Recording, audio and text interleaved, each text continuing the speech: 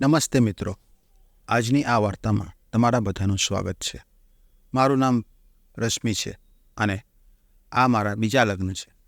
મારા પહેલા પતિના લગ્નના થોડા જ દિવસોમાં બસ દુર્ઘટનામાં મૃત્યુ થઈ ગયું હતું.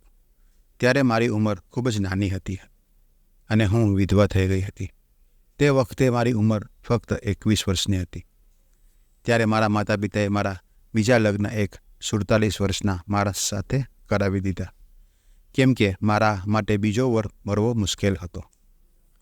મારો પતિ મારાથી ઉંમરમાં ખૂબ જ મોટો હતો અને તે હંમેશા કામમાં વ્યસ્ત જ રહેતો અને જ્યારે તે ઘરે આવે તો ખાંસીનું બહાનું બનાવીને જલ્દી સૂઈ જતો.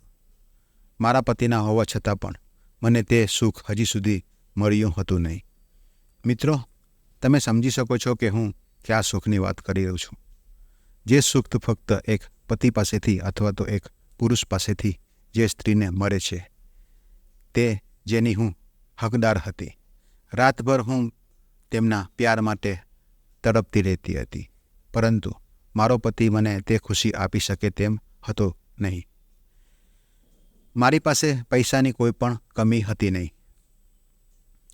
અમારા ઘરમાં બધી જાતનું સુખ સુવિધાઓ હતી, પરંતુ મને પતિનો પ્રેમ મળી રહ્યો હતો નહીં. બધી સ્ત્રીઓની જેમ મને પણ મારા પતિ પાસેથી પ્રેમની જરૂર હતી. હું દિવસભર તો ઘરમાં આરામ કરતી, કેમ કે ઘરકામ માટે મારા પતિએ એક નોકર રાખ્યો હતો. એક દિવસ જ્યારે અમારો નોકર બીમાર પડ્યો તો તેનો પોતાનો યુવાન દીકરાને થોડા દિવસો માટે કામ માટે બોલાવી લીધો. આગલા દિવસે જ તેનો દીકરો ઘર ઉપર આવી ગયો અને જ્યારે મેં તેને જોયો તો હું તો તેને જોતી જ રહી ગઈ. એટલો ખૂબસૂરત હતો કે હું વિશ્વાસ જ કરી શકતી ન હતી કે તે એક નોકરનો દીકરો છે, જેનું મજબૂત શરીર, ગોરો રંગ, કાળી આંખો જોઈને એવું લાગી રહ્યું હતું કે કોઈ ફિલ્મનો હીરો છે. મેં તેને જોઈને વિચાર્યું કે આ તો કોઈ રાજાનો દીકરો છે. હું તેને લગાતાર જોઈ રહી હતી. પછી તેણે મને કહ્યું કે મારું નામ મનોજ છે અને હું તમારા નોકરનો દીકરો છું. મારા પિતાજીની તબિયત ખરાબ છે, એટલે તેણે મને અહીંયા કામ માટે મોકલ્યો છે. થોડા દિવસો માટે તેની જગ્યા ઉપર કામ કરીશ અને તમને કોઈ પણ ફરિયાદ કરવાની તક નહીં આપું. જેવી રીતે મારા પિતાજી પૂરી ઈમાનદારીથી અહીંયા કામ કરતા હતા, એવી જ રીતે હું પણ બધું કામ નિષ્ઠાપૂર્વક કરીશ. પછી મેં મનોજને અંદર આવવા માટે કહ્યું અને હું સોફા ઉપર બેસી ગઈ. જ્યારે તે અંદર આવ્યો તો મેં તેમને પૂછ્યું કે તમારું નામ શું છે અને તમે શું કામ કરો છો? તમે પહેલાં ક્યાંય કામ કર્યું છે કે નહીં અને તમને કામ કરવાનો અનુભવ છે કે નહીં? ત્યારે તે યુવક બોલ્યો કે માલકીન, મેં તમને થોડીવાર પહેલાં તો મારું નામ કહ્યું હતું કે મારું નામ મનોજ છે, અને રહી વાત કામની, તો માલકીન, હું ઘરના બધા જ કામ સારી રીતે કરી શકું છું. તમને મારાથી કોઈ પણ ફરિયાદ નહીં હોય. જ્યારે હું મનોજની તરફ રોમેન્ટિક નજરોથી જોઈ રહી હતી અને મુસ્કુરાઈને બોલી કે ઠીક છે, તને ઘરનું કામ આવડે છે, પરંતુ શું તને ખબર છે કે ઘરના કામ કરતાં વધારે જરૂરી પોતાના માલિક કે માલકીનને ખુશ કરવાનું હોય છે? શું તું તારી માલકીનને ખુશ કરી શકીશ? જે કંઈ પણ હું કહીશ તે બધું તું માનીશ? શું તું તારી માલકીનની પ્રાઇવેટ ઈચ્છાઓ પૂરી કરીશ? મનોજના જવાબથી હું ચોંકી ગઈ. તેણે કહ્યું કે હું મારું કામ પૂરી ઈમાનદારીથી કરીશ અને તમને મારા કામથી હું ખુશ કરવાની પૂરી કોશિશ કરીશ. પછી મેં મનોજને બધું કામ સમજાવી દીધું અને કામ સમજાવ્યા પછી મનોજે કામ શરૂ કરી દીધું. તે ખૂબ જ મન લગાવીને કામ કરી રહ્યો હતો, પરંતુ મારી નજર હંમેશા તેની ઉપર લાગેલી રહેતી હતી. હું હંમેશા સોફા ઉપર બેસીને તેને જોયા કરતી હતી. મને ખબર નહીં કે મને શું થઈ ગયું હતું. જ્યારે પણ મનોજ થોડી વાર માટે પણ બહાર ચાલ્યો જતો હતો, મને તેની યાદ આવવા લાગતી. મને તે ખૂબ જ પસંદ આવવા લાગ્યો હતો અને હવે મને તેની પાસે જવાની ઈચ્છા થવા લાગી. હું ઈચ્છતી હતી કે મનોજ મારી શારીરિક ભૂખને પૂરી કરે. જ્યારથી મેં તેને જોયો છે ત્યારથી મારા દિવસની શાંતિ અને રાતની નીંદર ઉડી ગઈ છે. એક દિવસ મારા પતિને કામના લીધે બહાર જવાનું થયું, પરંતુ તે ખૂબ જ નારાજ હતા. મેં તેમને પરેશાનીનું કારણ પૂછ્યું તો તેણે મને કહ્યું કે પહેલાં જ્યારે હું કામથી બહાર જતો હતો, મનોજના પિતાજી તારી પાસે રહેતા, એટલે મને કોઈ ચિંતા થતી નહીં. મનોજના પિતાજીનું નામ સાંભળીને જ મેં મારા પતિને કહ્યું કે કોઈ વાત નહીં, મનોજના પિતાજી નથી તો મનોજ તો છે ને, તમે બેફિકર થઈને જાઓ અને મારી બિલકુલ પણ ચિંતા કરશો નહીં. હું અહીંયા આરામથી રહીશ. મનોજ આપણો નોકર છે. તે ખૂબ જ ઈમાનદારીપૂર્વક કામ કરી રહ્યો છે અને તે પણ મારી સારી દેખભાળ કરશે.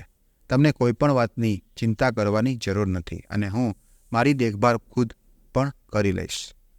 મારા પતિએ મનોજને બધું કામ સમજાવી દીધું અને એક સૂચના આપી કે મને છોડીને ક્યાંય પણ જાય નહીં. પછી મારો પતિ કામ માટે નીકળી ગયા. મારા પતિના ગયા પછી હું આરામથી રૂમમાં બેસીને મોબાઈલ પર પેલા જેમાં સ્ત્રી અને પુરુષ બંને એકબીજાની સાથે હોય છે તેવા વિડીયો જોઈ રહી હતી. પરંતુ આજે મને મોબાઈલ પર તેવા વિડીયો જોવાનું મન હતું નહીં, કેમ કે હું રોજ તેવા વિડીયો જોતી હતી અને આજે મને તે બધું અસલમાં કરવાની ઈચ્છા હતી. મારે 2 લગ્ન થઈ ચૂક્યા હતા, પરંતુ હું હજી સુધી તે બધું કરી શકી હતી નહીં. અને હવે જ્યારથી મેં મનોજને જોયો ત્યારથી મારી ઈચ્છાઓ ખૂબ જ વધી ગઈ છે. હું વારંવાર મનોજની તરફ આકર્ષિત થઈ રહી હતી. હું રૂમમાં આરામ કરી રહી હતી, પરંતુ મને તે ચીજની તડપ થઈ રહી હતી જેને મને ખૂબ જ ઈચ્છા હતી અને હવે તે મોકો મારી સામે હતો. પરંતુ હું કેટલો ટાઈમ સુધી રોકાઈ શકું છું તેની મને સમજ હતી નહીં, કેમ કે મનોજને મારી તરફ કઈ રીતે આકર્ષિત કરું, તો તે હંમેશા પોતાના કામમાં જ વ્યસ્ત રહેતો હતો. હવે મારે તેની સાથે કંઈક એવું કરવું પડશે જેથી તે મારી તરફ આકર્ષાય. એટલે મેં તેમની સામે ખૂબ જ ટાઈટ કપડાં પહેરવા લાગી. ક્યારેક તો ફક્ત હું બ્રામાં જ જતી હતી, પરંતુ તેણે તો પણ મારી તરફ ધ્યાન આપ્યું નહીં. હવે મારી બેચેની વધવા લાગી. પછી એક દિવસ મેં મનોજને મારા રૂમમાં બોલાવ્યો અને મારા દિલની બધી વાતો તેને કહેવાનો ફેસલો કર્યો. જ્યારે હું તેને બધી વાતો કહી રહી હતી ત્યારે તેણે મારી વાત ચૂપચાપ સાંભળી અને પછી રૂમમાંથી ચાલ્યો ગયો. હું બસ તેને જોતી રહી ગઈ. મને સમજમાં આવી રહ્યું હતું નહીં કે મનોજને હું કઈ રીતે મનાવું. હું તેને સાથે જબરજસ્તી પણ કરી શકતી હતી નહીં.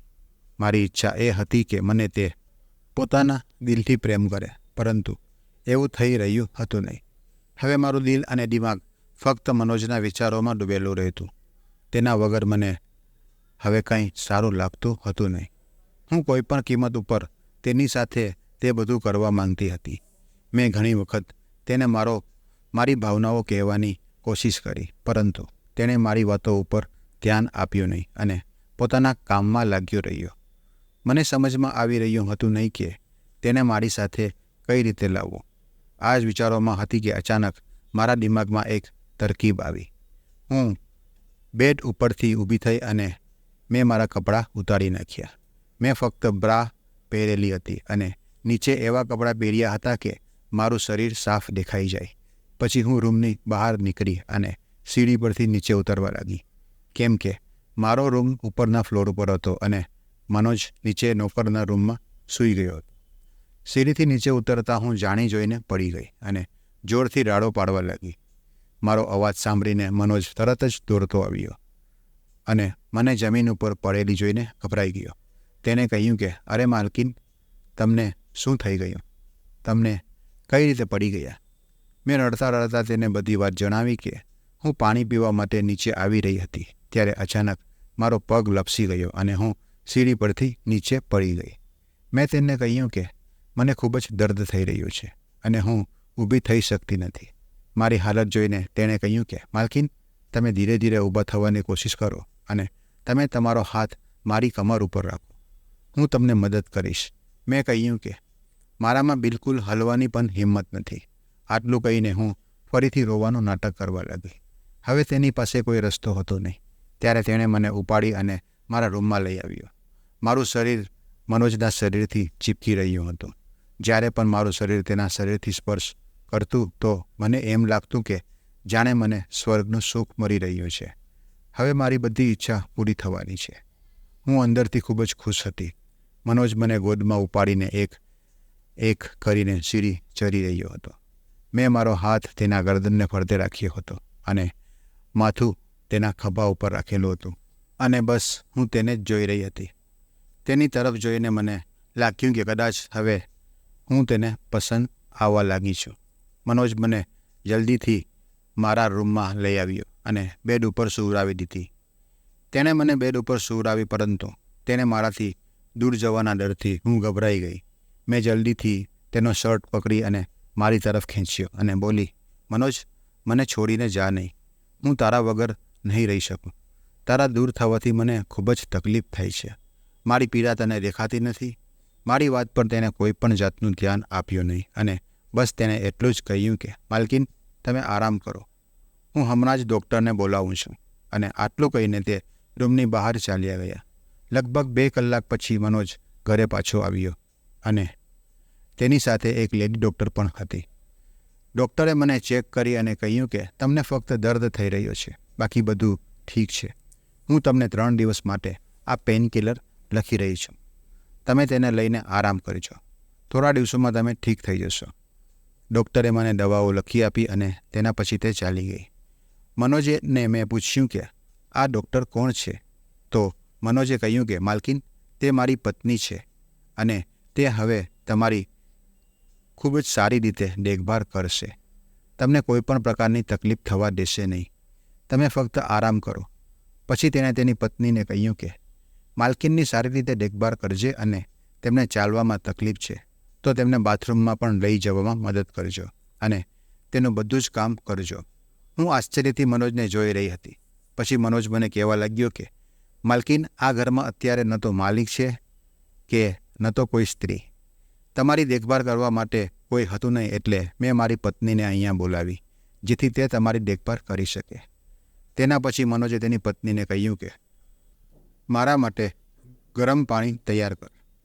મનોજની પત્ની જ્યારે ચાલી ગઈ તો મનોજે મને કહ્યું કે માલકીન, અમે ગરીબ લોકો છે, પરંતુ અમને અમારી મર્યાદાઓમાં કેવી રીતે રહેવું તે અમને સારી રીતે ખબર છે.